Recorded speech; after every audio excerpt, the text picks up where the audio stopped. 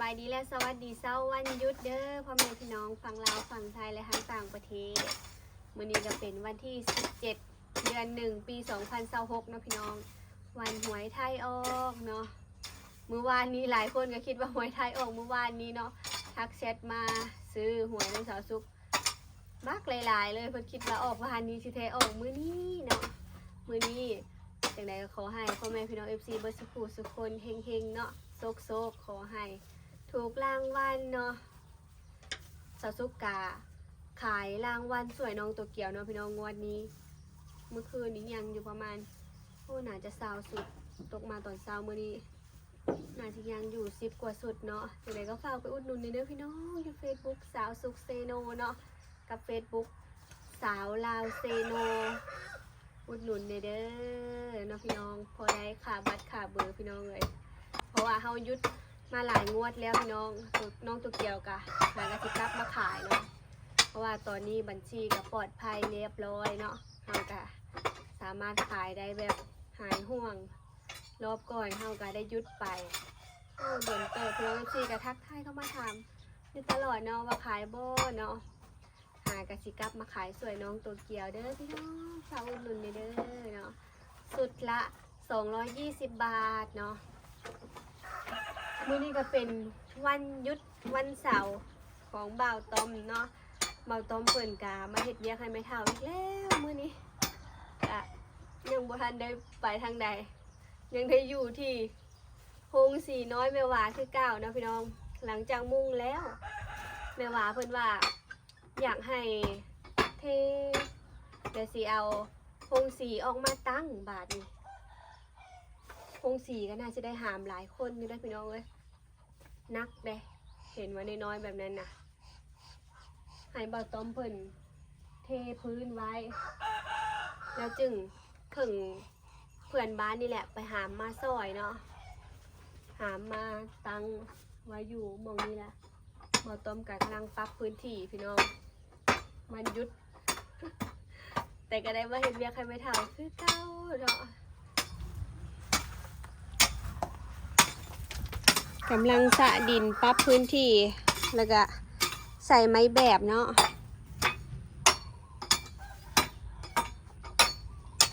ปูนกับทรายเตรียมพร้อมเรียบร้อยเราต้อมเพิ่นว่า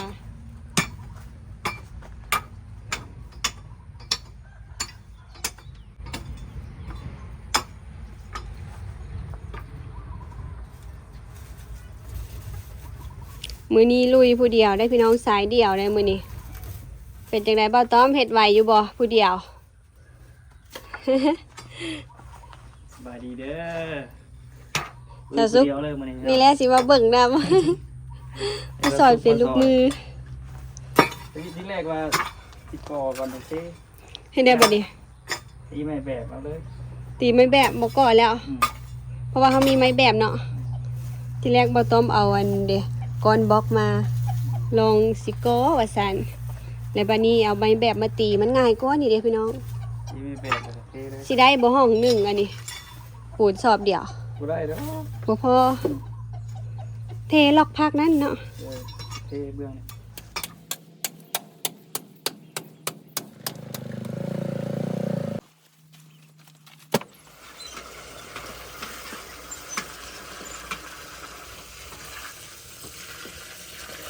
ใส่ลายบ่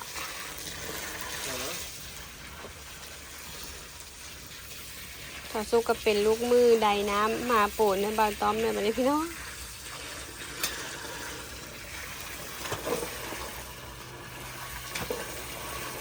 ใดไม่ใหม่น้ำเฮาสิแห้งจวดๆแบบนี้เลยบ่ได้มาบ่ดินแถวนี้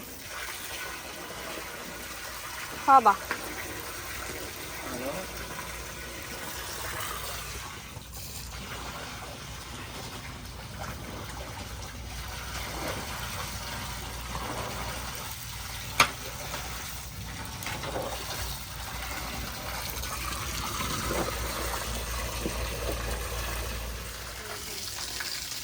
หกก้อนใหญ่เลย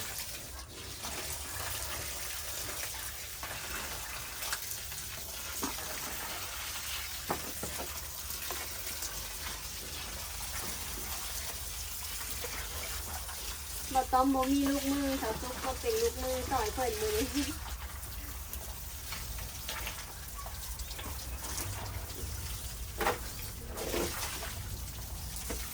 มื้อนี้บ่ต้อมบ่มีลูกมือกับสาวซุกอยู่แล้วพี่น้องถือว่าเป็นลูกมือซอยเพิ่น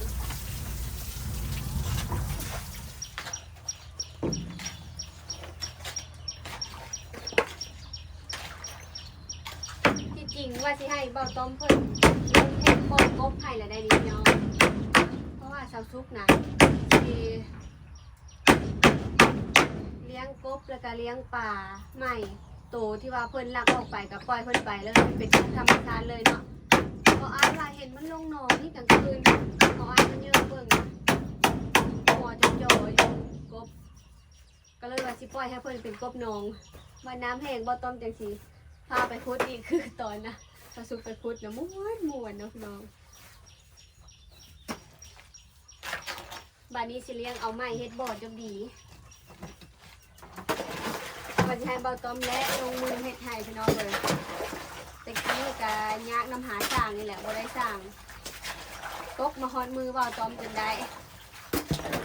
เฮ็ดบ่อกบบ่อปลาเฮ็ดแบบก็มันจะดุดออกบ่ได้เลยแหละบานนี้พี่น้อง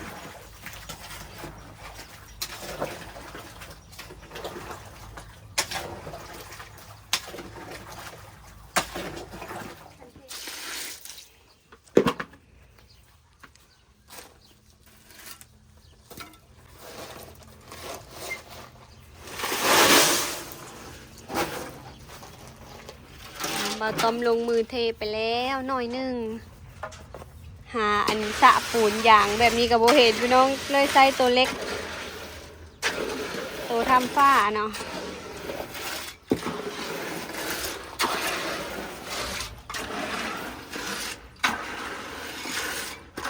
เคยมีอันหนึ่งเขาซุกจืดได้แต่ว่ามันบิ่นมันแตกไปแล้ว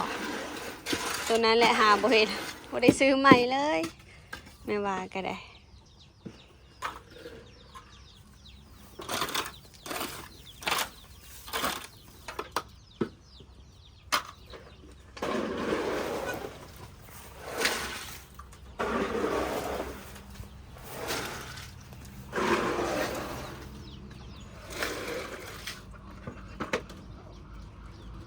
ได้อยู่ครึ่งห้องถึงมานี่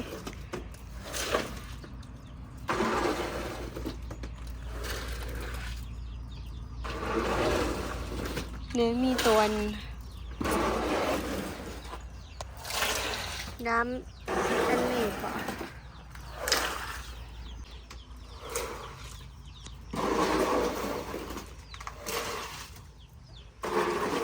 เนี่ยไม่ว่าเอามาให้แล้วพอได้กวดอยู่ดอกเนาะอันนั้นก็ได้โลปิเนียมความเลยบ่วันนี้พ่อปูนสอบเดียวแม่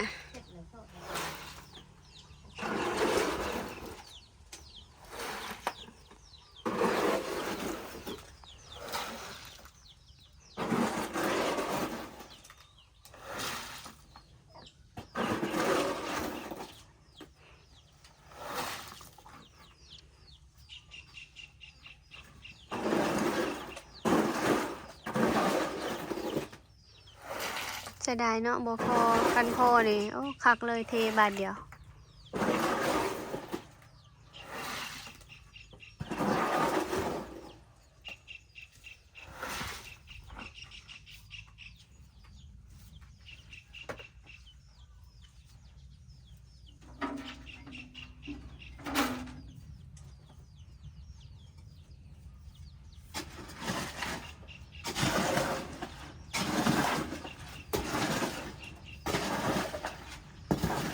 แบบว่าเฮาตั้งหงสีน้อยๆซื่อๆพี่น้องเฮาก็เลยบ่ได้ใส่เล็กใส่หยังก็ได้ตั้งแล้วก็แล้วเลยบ่ได้ยกปุ้นยอพี่มันก็น่าสิทนอยู่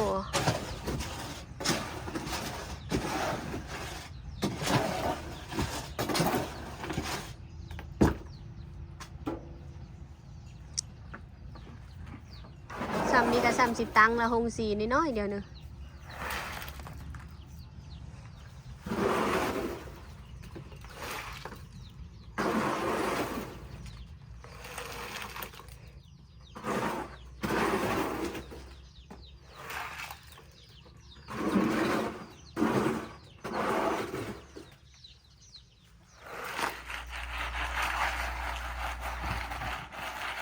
อันกวดก็จนเบี้ยวแล้วได้ผ่านหลายสนามแล้วได้อันกวดนี่ก็ได้ โลปิเนียม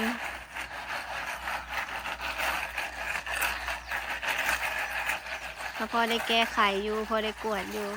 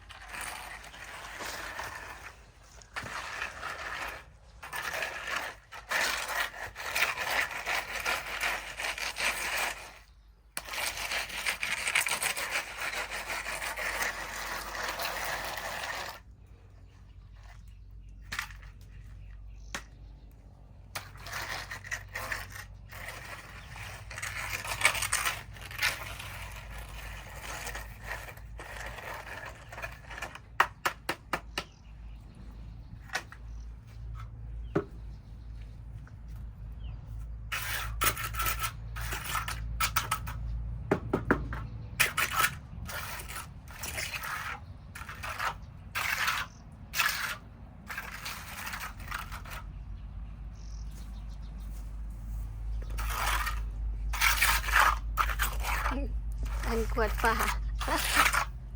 ไม่ได้แก้ไข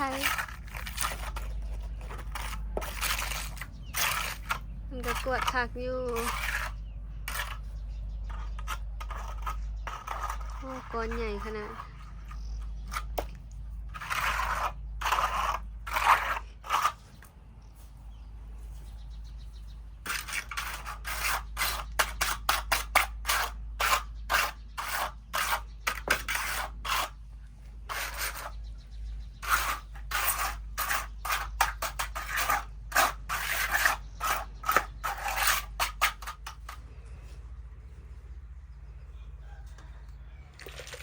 วางนั้นปูนยังบ่เต็ม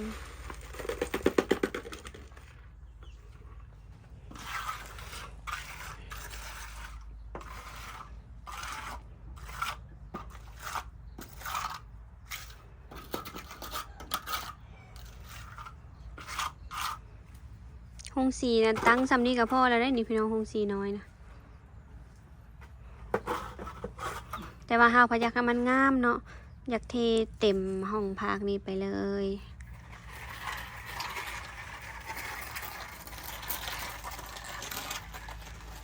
จงไว้มื้อหน้าแล้วจึงมาเทอีกก็ได้เนาะ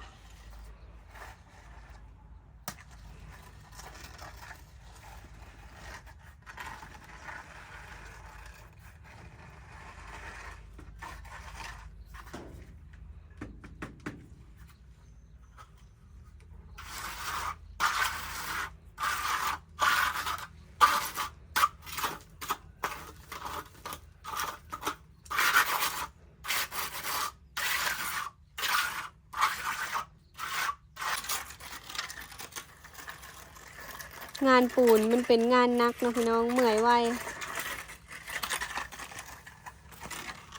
สมพ่อข้าเจ้าไปหับเทข้าเจ้าเอาแพงอยู่เลยเนาะข้าเจ้าไล่เป็นเม็ดเท่าไหร่ก็เทเม็ดละ100 200เม็ดละ100 บาท200 บาทเพื่อเฮาสิไปซุกปูนซุกแห่ซุกทรายมาผสมเนาะมันงานหนัก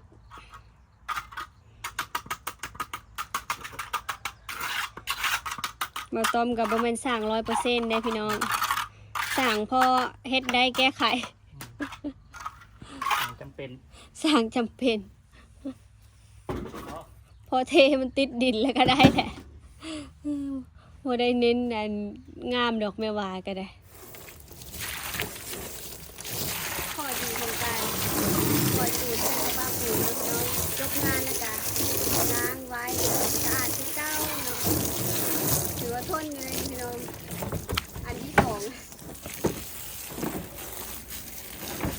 ตั้งแต่เขาสั่งบ้านมาอันตัวนี้เป็นอันที่สองล้างเก็บไว้เป็นที่เป็นทางมาเขาจะหาใส่หน้าก็สบายแบบนี้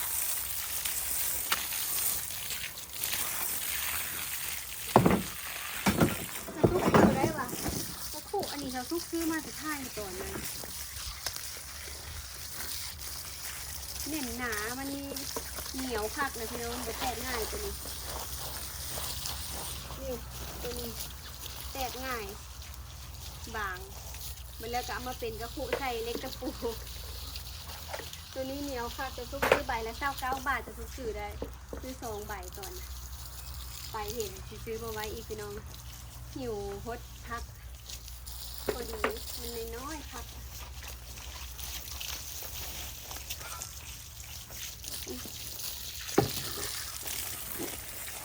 ปูนติดแล้วมันนักพี่น้องเลยขั้นแล้วเขาโบราณไว้นี่เวลาเขาจะมาใส่อีกรอบหน้าหันนักปูนมันสิกามติดเลย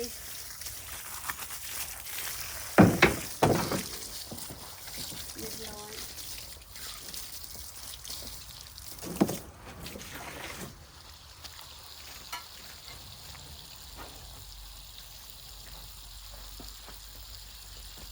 นี่อุปกรณ์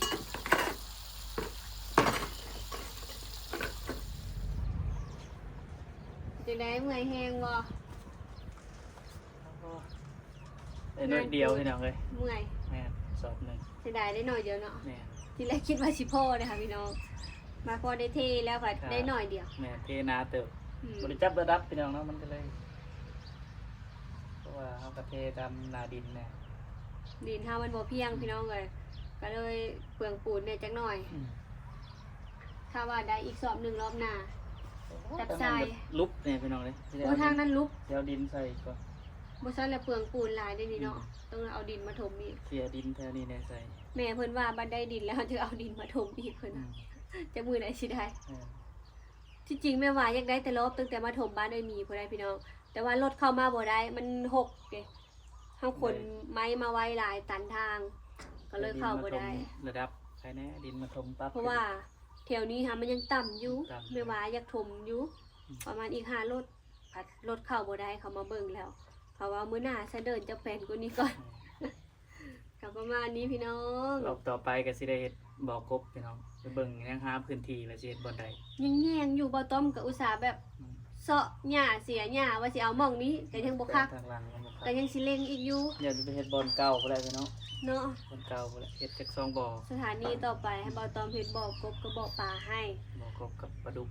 บ่อที่สะสุกเฮ็ดเลี้ยงตัวนั้นถือว่าเป็นการเรียนรู้เป็นการทดลองพี่น้องเอ้ย